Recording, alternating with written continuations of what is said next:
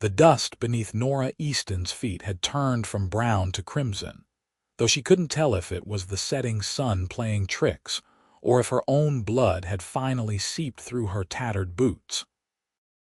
She had been walking for 3 days straight through the Oregon wilderness in the summer of 1878, fleeing from a life that had crumbled like dried clay.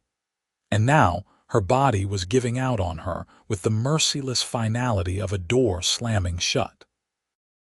One more step, she told herself, dragging her right foot forward through sheer force of will. Then another. Then her knees buckled, her vision swam with black spots, and she realized with a strange detachment that she couldn't move another inch forward. The ground rushed up to meet her, but before her face could hit the dirt, strong arms caught her around the waist and under her knees, lifting her as though she weighed no more than a sack of grain. Through the haze of exhaustion and dehydration, she heard a deep voice, rough with concern and something gentler underneath. "I've got you now. Rest." Those were the last words Nora heard before consciousness slipped away from her like water through cupped hands. When she woke, the world had transformed from harsh sunlight to soft shadows. She was lying on something that felt like heaven compared to the hard ground, a real bed with clean sheets that smelled of soap and sunshine. A cool cloth rested on her forehead, and someone had removed her ruined boots and replaced her filthy dress with a clean cotton nightgown. For a moment, panic seized her. Where was she? Who had undressed her? But then she remembered those arms catching her, that voice promising safety, and something in her chest loosened just slightly. "You're awake." The voice came from her right, and Nora turned her head carefully, her neck stiff and aching. A man sat in a wooden chair beside the bed, his hat resting on his knee, revealing dark hair that curled slightly at the ends. He had the sun-weathered face of someone who spent his life outdoors, with lines around his eyes that suggested he smiled often, though his expression now was serious and watchful. He looked to be in his mid-20s, maybe a few years older than her own 22 years. "Where am I?" Her voice came out as a croak, her throat raw and dry. Without a word, he stood and poured water from a pitcher into a tin cup, then helped her sit up enough to drink. She gulped it down gratefully, some of it spilling down her chin in her eagerness. "Easy now," he said, pulling the cup back gently. "Too much too fast and you'll be sick. You've been without water for too long." She wanted to argue, to demand more, but she could see the wisdom in his words. When he offered her another small sip, she took it more slowly. "You're at the Keller Ranch, about 15 miles outside of Portland," he explained, settling back into his chair but keeping his eyes on her face as though watching for signs she might collapse again. "I found you on the road to town 3 days ago. You've been in and out of consciousness since then, mostly out. Dr. Bailey came twice to check on you, said you were severely dehydrated, malnourished, and exhausted. Also said you were lucky I found you when I did, or you'd be dead by now. 3 days. She had lost 3 entire days to darkness and fever dreams. Nora tried to piece together her memories, to remember what had driven her out into the wilderness in the first place, but her head throbbed with the effort. "I'm Yates Keller," he continued when she didn't respond. "This is my ranch." "Well, mine and my brother's technically, but he's up in Seattle right now buying cattle." "Nora Easton," she managed, then added automatically, "Thank you for helping me." Something shifted in his expression, a softening around his eyes. "No thanks necessary. Couldn't very well leave you to die on the road, could I? Though I have to say, I'm curious what led a young woman to be walking alone through the wilderness looking like she'd been through hell itself." The question hung in the air between them, and Nora felt the weight of her story pressing against her ribs, demanding to be released. But she wasn't sure she was ready to speak it aloud yet, to make it real by giving it words. "I was running," she said finally, because it was the simplest truth she could offer. Yates nodded slowly as though he'd expected as much. "From what?" "From a man who thought he owned me." The words came out harder than she'd intended, edged with all the anger and fear and desperation that had fueled her flight. "My stepfather sold me to settle a gambling debt. The man who bought me decided I was going to be his wife whether I agreed or not. So I ran." She watched Yates's face carefully, waiting to see disgust or pity or worse, disbelief. But what she saw instead was a quiet fury that made his jaw tighten and his hands curl into fists on his knees. "That's not right," he said, and the simplicity of the statement, the absolute certainty in his voice, made something in Nora's chest crack open. "A person isn't property, and marriage isn't something that can be forced. Try telling that to my stepfather. Or to Marcus Thornton, the man he sold me to." She laughed, but it came out bitter and broken. "They seem to think otherwise." Yates was quiet for a long moment, his dark eyes studying her face. "You're safe here," he said finally. "Marcus Thornton comes looking for you. He'll have to go through me first. And I don't go down easy." It was a bold promise, perhaps even a foolish one given that he knew nothing about her or the man pursuing her. But the conviction in his voice made Nora want to believe him. "Why would you do that for a stranger?" she asked, genuinely confused. In her experience, people didn't help without expecting something in return. "Because it's the right thing to do," Yates said simply. "And because I've seen what happens when good people stand by and do nothing while others suffer. I won't be that person." Over the following days, as Nora slowly regained her strength, she began to understand that Yates Keller was a man of his word. He was patient and kind, bringing her meals and making sure she had everything she needed, but he never pushed her for more than she was willing to give. He told her about the ranch, how he and his younger brother had built it up from nothing after their parents died in a cholera outbreak 5 years earlier. He talked about the cattle they raised, the horses he trained, the land that stretched out in all directions, wild and beautiful and unforgiving. Nora found herself looking forward to his visits, to the sound of his boots on the wooden floor, and the way he always knocked softly before entering, giving her time to prepare herself. He made her laugh with stories about stubborn horses and his brother's terrible cooking. He listened when she talked, really listened, not just waiting for his turn to speak but actually hearing what she said. On the 5th day, she was strong enough to get out of bed and dress herself in clothes that one of the neighboring ranch wives had sent over, simple but clean and well made. Yates showed her around the ranch house, a modest but comfortable building with wide windows that let in the afternoon light.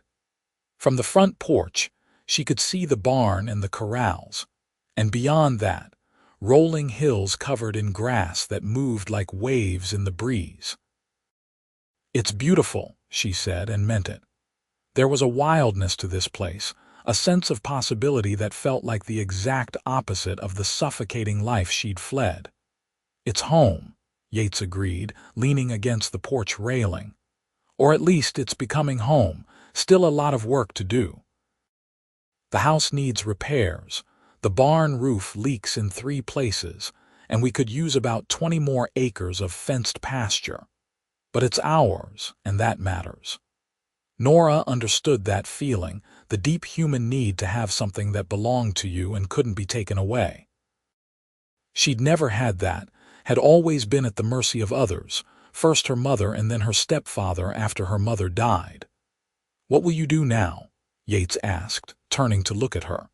"You're welcome to stay as long as you need to, but I imagine you've got plans." The truth was, Nora had no plans beyond survival. She'd run without thinking about what came after, focused only on escape. Now, faced with the reality of her situation, she realized how precarious her position really was. She had no money, no family, no prospects. In the eyes of the law, she might even still be considered Marcus Thornton's property, since the transaction had been legal even if it was morally reprehensible. "I don't know," she admitted. "I suppose I need to find work, maybe in Portland.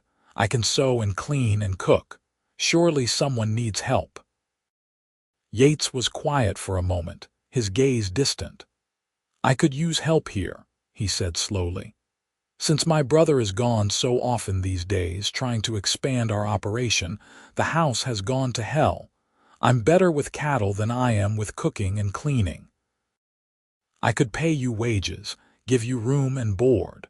It wouldn't be much, but it would be honest work and a safe place to stay." Nora's first instinct was to say no, to refuse out of pride or fear of owing him anything. But she was practical enough to recognize an opportunity when it presented itself. And more than that, she found she didn't want to leave this place, not yet. There was something about Yates Keller that made her feel safe for the first time in longer than she could remember. "I'll earn my keep," she said firmly. "I won't be charity." A smile tugged at the corner of his mouth. "Wouldn't dream of it. I've seen how stubborn you are. I figure you'll work twice as hard as necessary just to prove a point." He wasn't wrong. Nora threw herself into her new role with a determination that surprised even herself. She cleaned the ranch house from top to bottom, scrubbing floors and washing windows until everything gleamed. She mended Yates's worn shirts and patched his work pants. She cooked proper meals, using the supplies in the pantry to make stews and biscuits, and even a dried apple pie that made Yates close his eyes in appreciation when he tasted it. "This is the best thing I've eaten in months," he said around a mouthful of pie. "Maybe years." "It's just pie," Nora protested, but she felt pleased nonetheless. "It's not just pie," Yates insisted. "It's proof that this old house can be a real home." The words settled into Nora's heart and took root there. As weeks turned into a month, Nora and Yates fell into an easy rhythm. They ate breakfast together in the early morning before Yates headed out to work with the cattle and horses. Nora spent her days maintaining the house and preparing meals, sometimes venturing outside to tend the small vegetable garden she'd started near the kitchen door. In the evenings, they would sit on the porch and watch the sun set, talking about everything and nothing. It was during these conversations that Nora began to truly know Yates, to understand the man beneath the weathered exterior. He told her about his childhood, growing up on a smaller ranch in Texas, before his family moved to Oregon seeking better opportunities. He talked about his father, who had taught him everything about horses and cattle and treating people with respect. He spoke with obvious affection about his brother, Daniel, who was more of a businessman than a rancher but shared Yates's commitment to building something lasting. In turn, Nora found herself opening up in ways she never had before. She told him about her mother, who had been kind but weak, unable to stand up to the stepfather who had made their lives miserable. She talked about the books she'd loved to read as a child, borrowed from a neighbor who'd had a small library. She even told him about her dreams, the ones she'd thought were dead and buried, about having a home of her own and maybe even a family someday. "Those aren't dead dreams," Yates said softly when she'd finished. "They're just dreams waiting for the right time." Something was growing between them, something neither of them had named but both could feel. It was in the way Yates's hand would linger on hers when he passed her something at the dinner table. It was in the way Nora found herself watching for him to return from the fields, her heart lifting when she spotted his tall figure in the distance. It was in the comfortable silences they shared and the laughter that came more and more easily. But there was also fear, at least on Nora's part. She had trusted before and been betrayed. She had believed in promises that had turned out to be lies. And more than that, She knew Marcus Thornton was still out there somewhere, and men like him didn't give up on what they considered their property. The fear proved justified when, 6 weeks after Nora had arrived at the Keller ranch, a rider came up the road. Nora was in the kitchen preparing lunch when she heard the horse approaching. Something in the rhythm of the hoofbeats made her stomach clench with dread. She moved to the window and looked out, and her blood turned to ice. Marcus Thornton sat astride a large bay horse, his expensive suit dusty from travel but still marking him as a man of means. He was older than Yates by perhaps 15 years, with a hard face and calculating eyes. Behind him rode 2 other men, clearly hired muscle meant to intimidate. Nora's hands began to shake. She had known this moment might come, had tried to prepare herself for it, but now that it was here, she found herself frozen with terror. Marcus had found her. He'd come to take her back.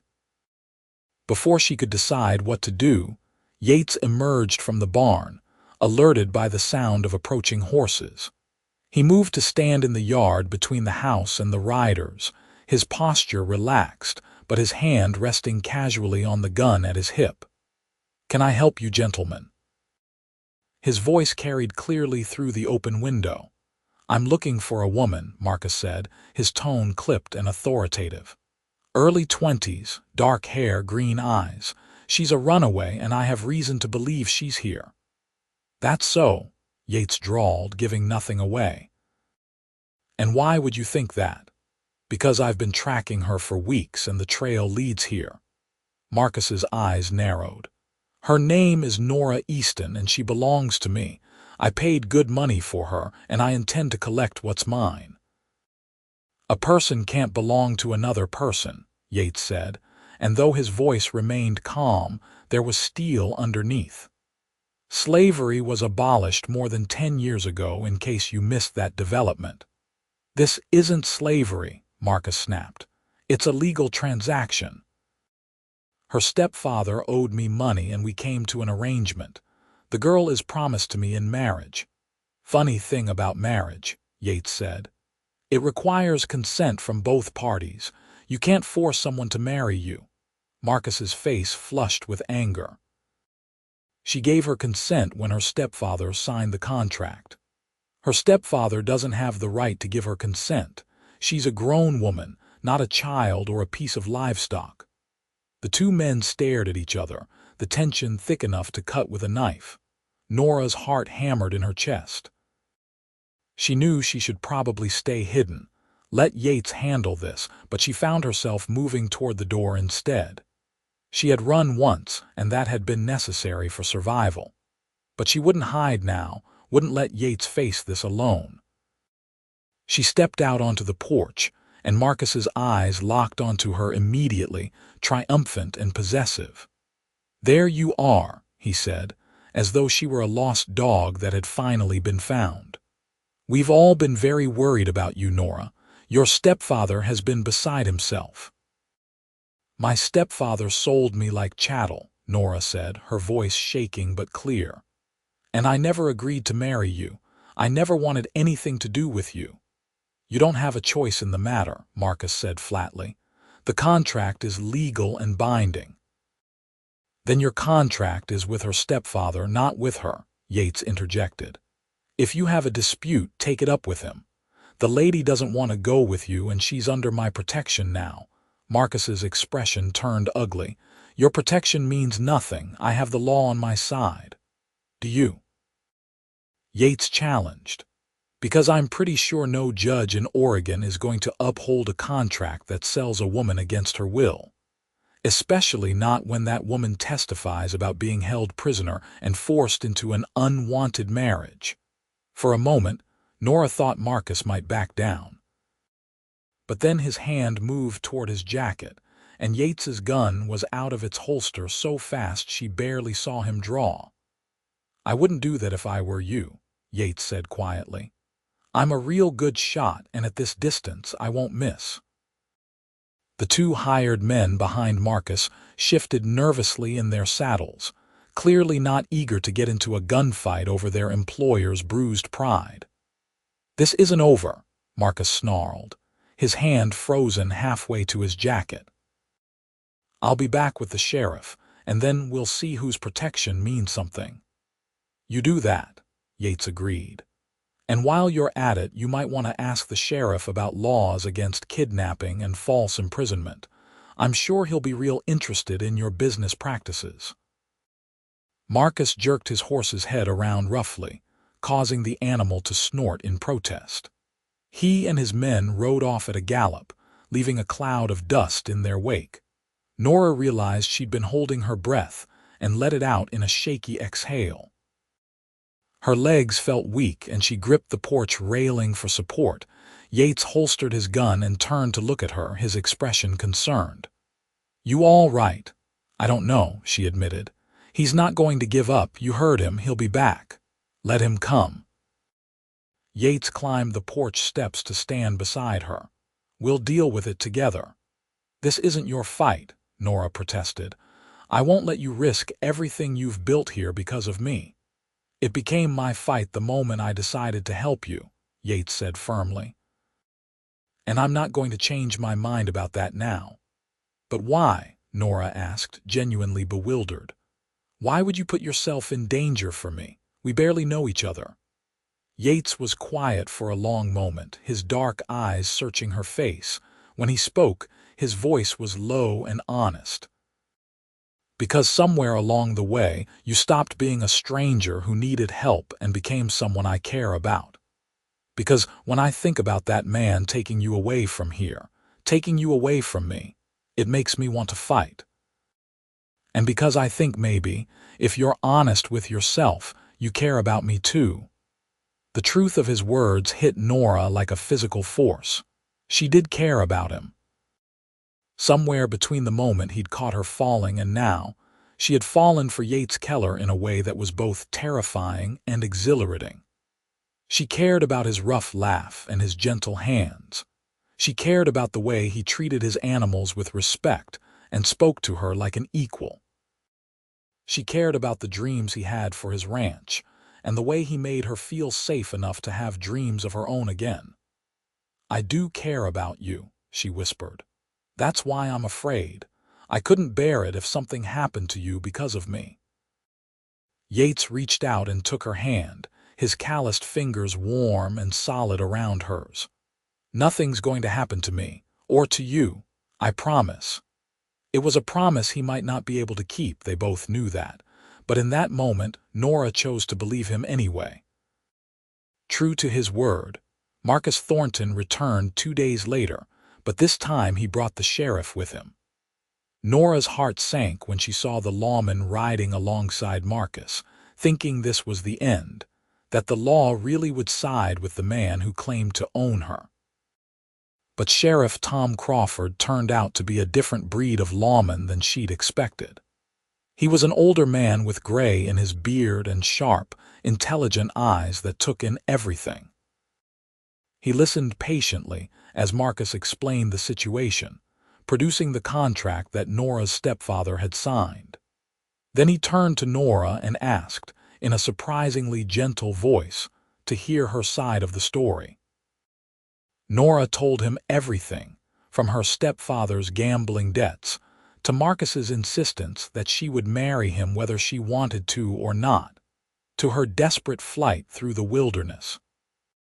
She showed him the scars on her feet from her ruined boots and told him about the days she'd gone without food or water, so desperate to escape that she'd been willing to die trying. When she finished, Sheriff Crawford was quiet for a long time, studying the contract in his hands. Finally, he looked up at Marcus. "This contract is between you and Samuel Easton," he said slowly. "It makes no mention of marriage, just a transfer of debt." "The marriage was implied," Marcus insisted. "It was understood that the girl would become my wife." "Implied isn't the same as stated," the sheriff countered. "And even if it were, Miss Easton here is of legal age and has the right to refuse a marriage proposal. You can't force her." "But the debt," Marcus sputtered. "I paid good money."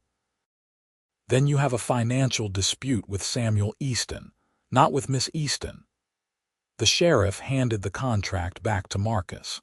My advice is to take this matter before a judge if you want restitution. But Miss Easton is not property, and I won't compel her to go anywhere she doesn't want to go. Marcus's face turned purple with rage. This is an outrage. You're supposed to uphold the law. I am upholding the law, Sheriff Crawford said calmly. The law says people aren't property. Now I suggest you get off Mr. Keller's land before I decide to arrest you for trespassing and harassment. For a moment, Nora thought Marcus might explode, but even he wasn't foolish enough to argue with the sheriff. He snatched the contract back, shot Nora a look full of venom, and spurred his horse away without another word. When he was gone, Sheriff Crawford turned to Nora and Yates with a slight smile. I expect you two will want to make this arrangement official at some point, he said, nodding toward their joined hands. Might help matters if Miss Easton had a different last name, if you catch my meaning. Nora felt her face flush, but Yates just squeezed her hand and said, I was planning on asking, actually. Just wanted to wait until this mess was settled first. The sheriff tipped his hat. Well, don't wait too long. That Thornton fellow seems like the type to hold a grudge. The sooner Miss Easton is legally under your protection, the better. After the sheriff left, Nora and Yates stood together in the yard, the afternoon sun warm on their faces. Nora felt lighter than she had in weeks, as though an enormous weight had been lifted from her shoulders. So, Yates said, turning to face her fully and taking both her hands in his. I know this isn't the most romantic setting, and I know we haven't known each other all that long, but the sheriff's right. It would be better if we made this official. And more than that, I want to make it official. I want you to stay here not as my housekeeper, but as my wife. I want to build a life with you, Nora. I want to wake up every morning knowing you're beside me and go to sleep every night with you in my arms. I know I'm not much, just a rancher with more dreams than money, but what I have I'll share with you.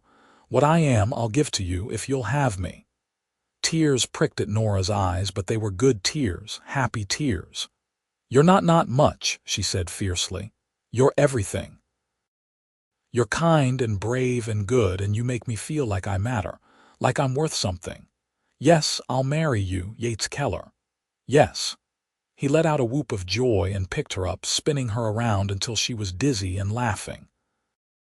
When he set her down, he kissed her for the first time, and it was everything a first kiss should be.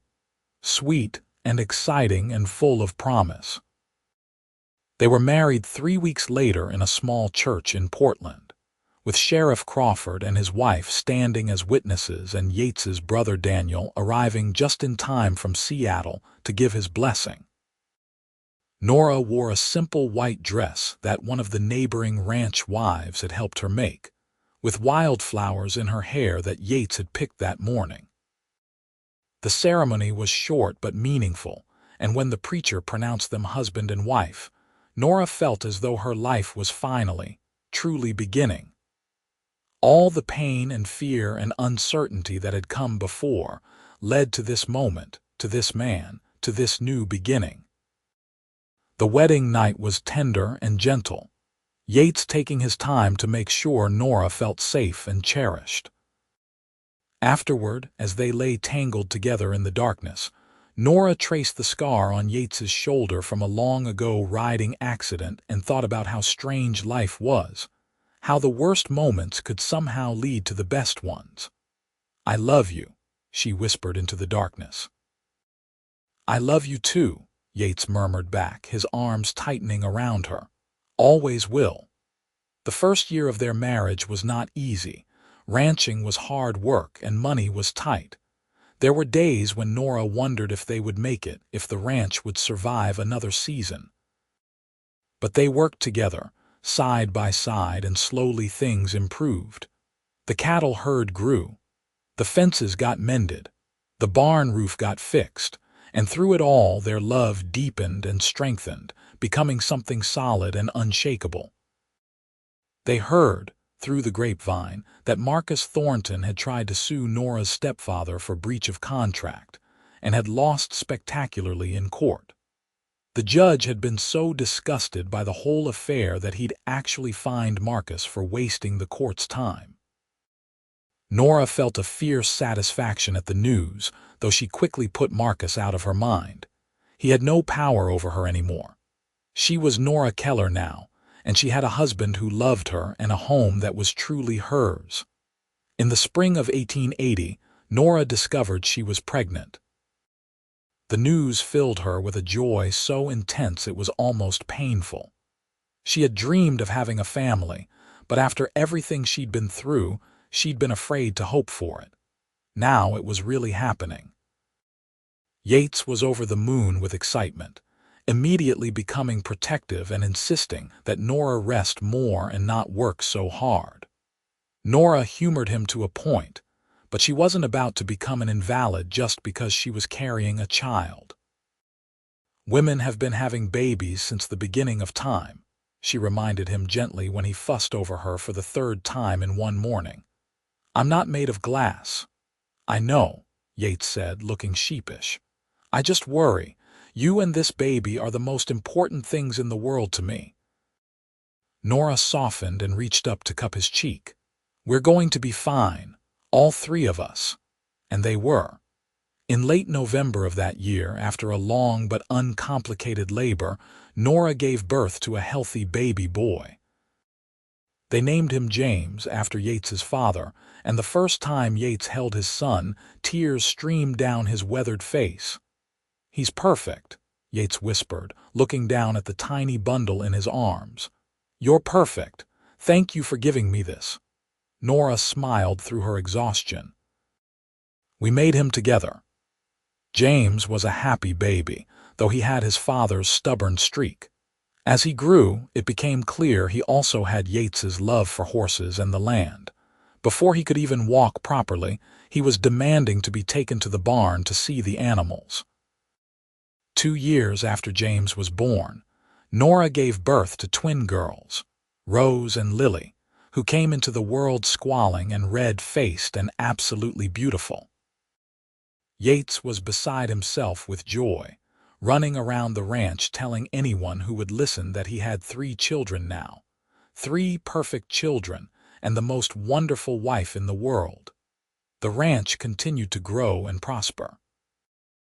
Daniel eventually married and started his own spread closer to Portland. But the brothers remained close, helping each other out when times were tough and celebrating together when things went well. Nora became known in the community as someone who could be counted on, always ready with a meal for a neighbor in need or a sympathetic ear for someone going through hard times. Years passed, marked by the changing seasons and the milestones of their children's lives.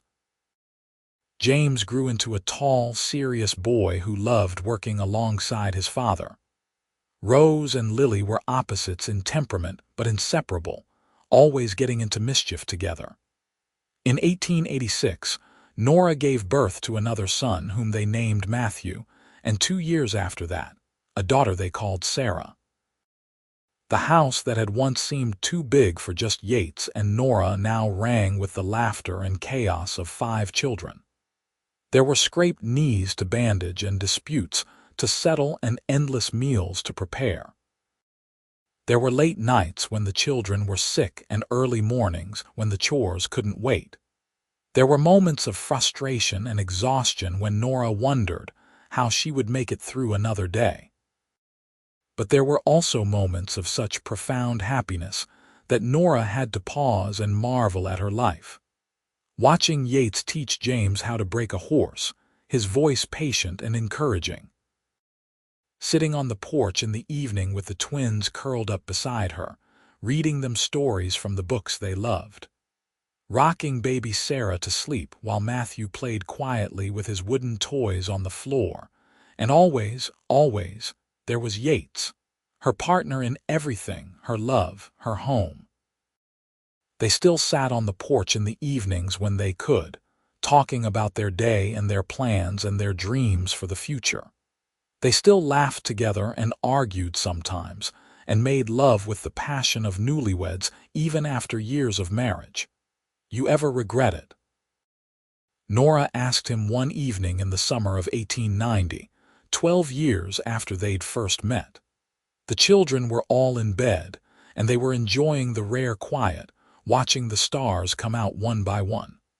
Picking up that dusty, half-dead woman on the road. "Your life would have been simpler if you'd just ridden past." Yates turned to look at her, his expression incredulous. "Regret it? Nora, you and the children are the best things that ever happened to me. Everything good in my life started the day I found you. I thank God every single day that I was riding down that road at that exact moment, that I was able to catch you when you fell." Nora felt tears prick at her eyes. Even after all these years, his words still had the power to move her. "I love you," she said simply. "I love you too," Yates replied, pulling her close. "Always have, always will."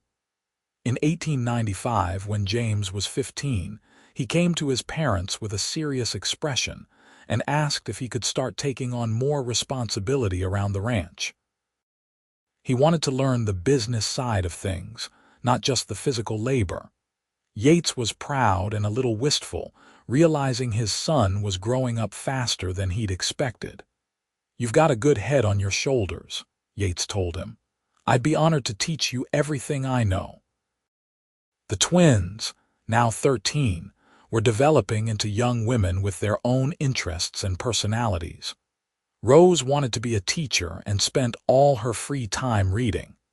Lily was interested in breeding horses and had a natural talent for working with the animals. Matthew, at 9, was the clown of the family, always making everyone laugh. And Sarah, now 7, was a perfect blend of both her parents, practical and hardworking like Yates, but with Nora's gentle heart and fierce determination. As Nora watched her children grow and thrive, she sometimes thought back to that desperate woman who had collapsed on the road all those years ago. That woman had been broken and hopeless, convinced she had nothing left to live for.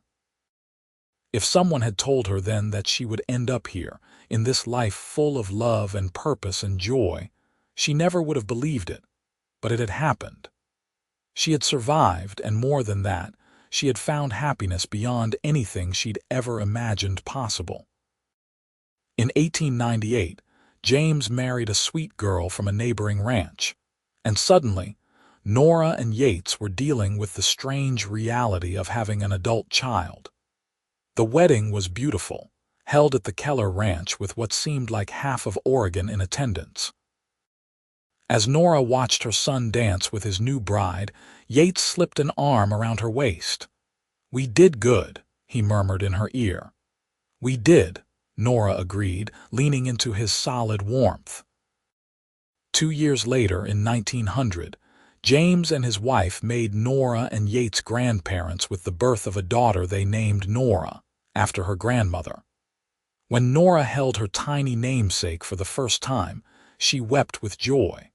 The circle had completed itself. She had gone from having nothing and no one to having this. Children and grandchildren, a husband who loved her beyond measure, a home that was truly hers.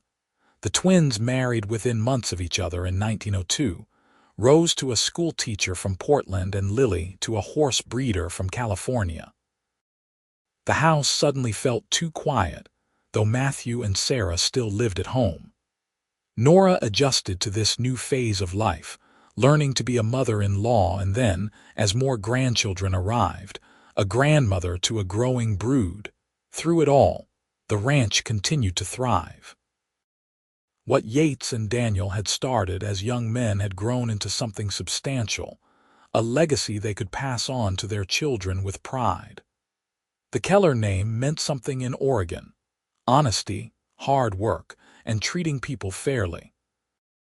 In 1905, when Matthew announced he wanted to study law in Portland, Nora and Yates supported his decision even though it meant another child leaving the ranch. Sarah, now 23, showed no signs of wanting to leave. She loved ranching as much as her father did and had become indispensable to the operation. "I don't need to get married to be happy," she told her parents firmly when Nora gently raised the subject. "I've got everything I need right here." Nora understood, though she hoped Sarah would eventually find what Nora had found with Yates, a partner to share life with, someone to love and be loved by. But she also knew better than to push. Sarah was her own person and would find her own path in her own time. The years continued to pass, bringing changes both joyful and sorrowful. Daniel died in 1908 after a brief illness, and Yates mourned the loss of his brother deeply. But life went on, as it always did. More grandchildren arrived, and then great-grandchildren. The family tree that had started with just Nora and Yates grew and branched and flourished. In 1910, Nora and Yates celebrated their 32nd wedding anniversary. They were both in their 50s now, their hair graying and their bodies not quite as strong as they once were. But when Yates looked at Nora, he still saw the woman he'd caught on that dusty road, brave and fierce and beautiful. And when Nora looked at Yates, she still saw her rescuer, the man who had given her not just her life back but a life worth living. "You remember what you said to me that day?" Nora asked as they sat on the porch in the same spot where they'd sat countless times over the years. "When I couldn't move another inch forward," Yates smiled. "I said, I've got you now, rest." "You did have me," Nora said softly, "and you've kept me safe every day since." "We've kept each other safe," Yates corrected, taking her hand. "That's what marriage is, what love is. Two people holding each other up." In 1912, Sarah finally did fall in love with a veterinarian who came to the ranch to tend to a sick horse. They married quietly in the spring, and though Sarah moved to her husband's place in town, she still came to the ranch several times a week to help out and visit with her parents. Matthew, now a successful lawyer in Portland, married a woman he met through his work, and they had 3 children who loved visiting the ranch during the summer. James's family had grown to include 6 children, all of them growing up with the same values Yates and Nora had instilled in their own children. The twins both had families of their own, Rose with 4 children and Lily with 3. Nora sometimes lost count of how many grandchildren and great-grandchildren she had. There were so many names to remember, so many birthdays to keep track of. But she loved every single one of them fiercely, and they all adored their grandmother Nora and grandfather Yates, who always had time for a story or a ride on a gentle horse or a slice of pie fresh from the oven. In 1915, as World War I raged in Europe, though America had not yet entered the conflict, Nora and Yates celebrated their 37th anniversary. They were both 60 years old now, and while they were still healthy and active, they had started to think about the future, about what would happen to the ranch when they were gone. But those thoughts never lasted long. There was too much life still to be lived, too many moments to cherish. Grandchildren to spoil, children to advise, a ranch to run, and each other to love.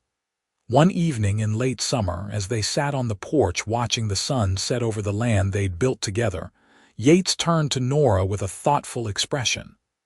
"I've been thinking," he said slowly.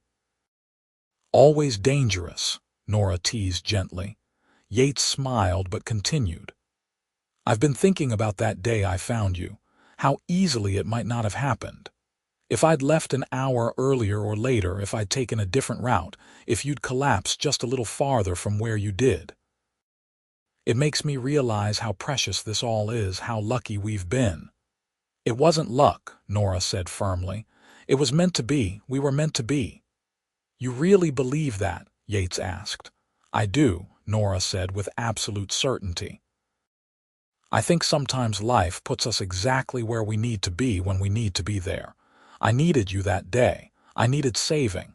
And maybe you needed me too, needed someone to build this life with. Yates nodded slowly. I did need you. Didn't know it until I met you, but I did. My life before you was fine, but it wasn't complete. You made it complete. They sat in comfortable silence for a while, holding hands and watching the sky turn from gold to pink to purple. Somewhere in the distance, they could hear cattle lowing and one of the ranch hands calling out to another. The sounds of home. No regrets? Yates asked, echoing the question Nora had asked him so many years ago. Not a single one, Nora replied. Not one single moment of this life with you. As the stars began to appear overhead, same as they had on countless other nights, Nora reflected on the incredible journey her life had taken. From the desperate woman who couldn't move another inch forward to this content, fulfilled grandmother surrounded by love and family. From having nothing to having everything that mattered, the years that followed continued to bring both challenges and joys. The ranch faced difficult times during the war years when many young men from the area were called to serve, including two of James's sons. Nora spent anxious months praying for their safe return, and when they both came home in 1918, she wept with relief. The 1920s brought changes to the American West. Automobiles became more common, though Yates insisted horses would never be fully replaced. New technologies made ranching easier in some ways but also more competitive. But the Keller Ranch adapted and survived, just as it always had. In 1928, Nora and Yates celebrated their 50th wedding anniversary, a milestone that filled them both with awe. 50 years. Half a century together. Their children threw them a huge party, inviting what seemed like the entire county. There were speeches and toasts and more food than anyone could possibly eat. James stood up and talked about what wonderful parents he'd had, how they'd modeled what love and commitment looked like. Rose and Lily both cried, though Lily swore she had something in her eye. Matthew, now a distinguished lawyer, gave a humorous speech about growing up with such a perfect example of marriage that it had made him terrified to propose to his own wife. Sarah spoke about her parents' strength and resilience, how they'd built something lasting not just in the ranch but in their family. When it was Yates's turn to speak, he stood up slowly, his movements a bit stiff with age now, but his voice was still strong and clear. I'm not much for speeches, he began, and several people in the crowd laughed because this was true. But I want to say something about this woman here. He gestured to Nora, who sat beside him with tears already streaming down her face. 50 years ago, I made a promise to love her and honor her for as long as I lived. It's been the easiest promise I've ever kept. She's been my partner, my friend, my love, and my home. Everything good in my life is because of her or came from her. I'd do it all again in a heartbeat, every single day, every single moment. The room erupted in applause, and Nora stood up to hug her husband, not caring that everyone was watching, not caring that she was crying so hard she could barely breathe.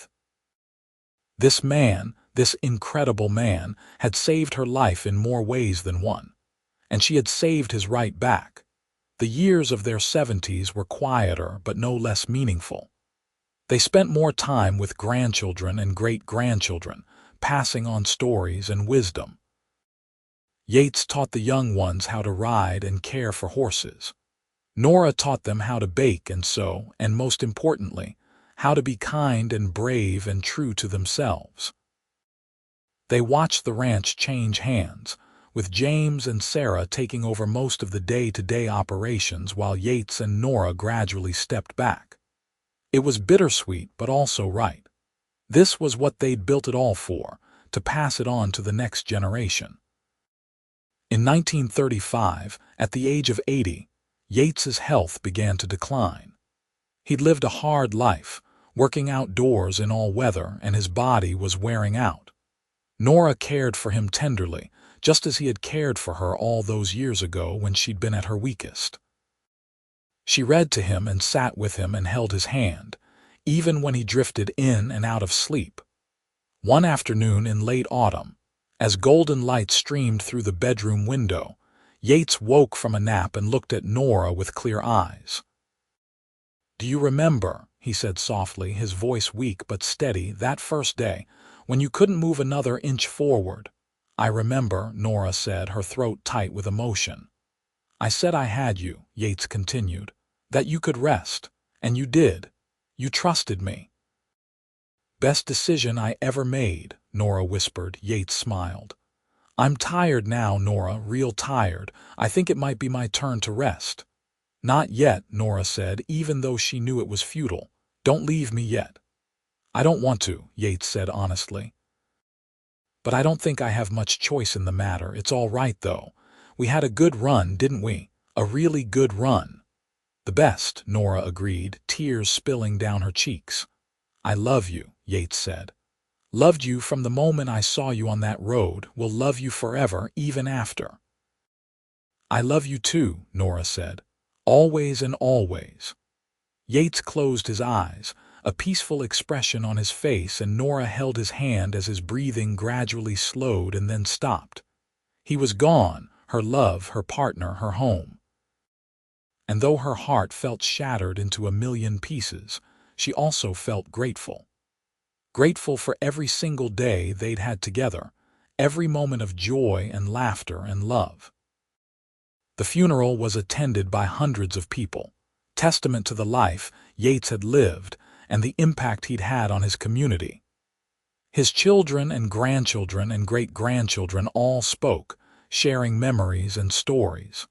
Nora listened to them all, storing each one away like precious treasures. After Yates died, Nora could have faded away, lost without her other half. But she chose to live instead, to honor his memory by continuing to be present for her family. She lived 7 more years. 7 years of watching her great-grandchildren grow, of passing on the stories of how she and Yates had met and fallen in love, of making sure no one forgot the man who had built this legacy. In the spring of 1942, with World War II raging, and the world changed almost beyond recognition from the one she'd been born into, Nora Keller died peacefully in her sleep at the age of 87.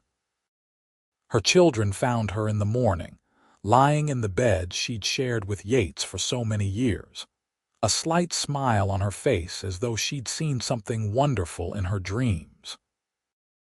They buried her next to Yates on a hillside overlooking the ranch, where they could watch over the land and the family they'd created together.